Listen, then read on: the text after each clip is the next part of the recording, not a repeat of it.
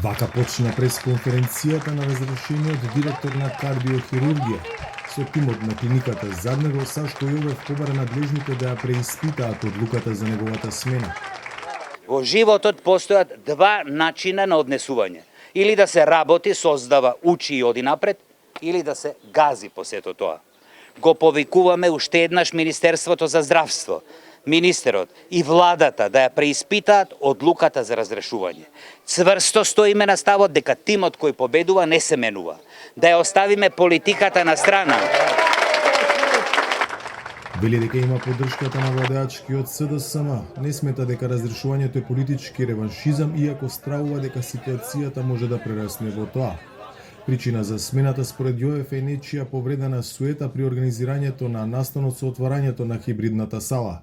Имав притисоци дека сум направил грешка, дека грешката е во самиот протокол при еден прекрасен ивент што го одржавме минатата недела во саботата, кога отворивме нова хибридна сала, единствена во регионот, кога го пуштивме во употреба центримагот, апарат за срцево-белодробна поддршка кој што одржува во живот човек. Ги повикавме сите, меѓутоа се случи што се случи. Еве сега сакам да прочитам. Што се случи?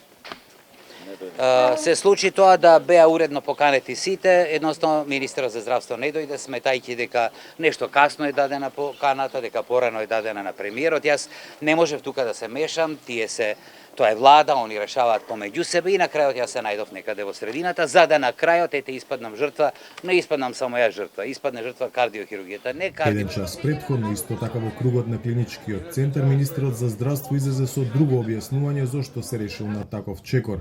Вели, имало злоупотреби.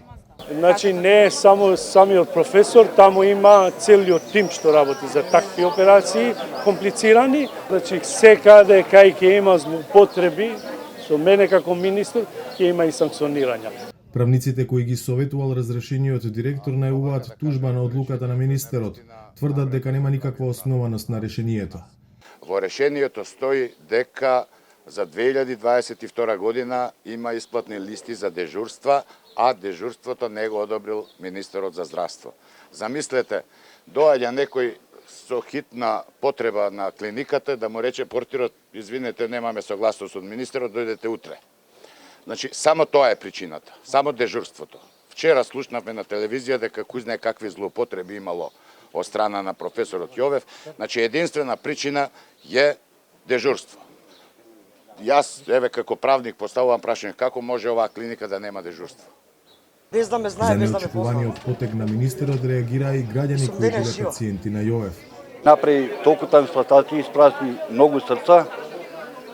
Мислам дека е греота ова што се прави за него. За Гласот на Америка, од Скопје, Владимир Мирчевски. Сите го поштуваат, го сакаат и е добар доктор и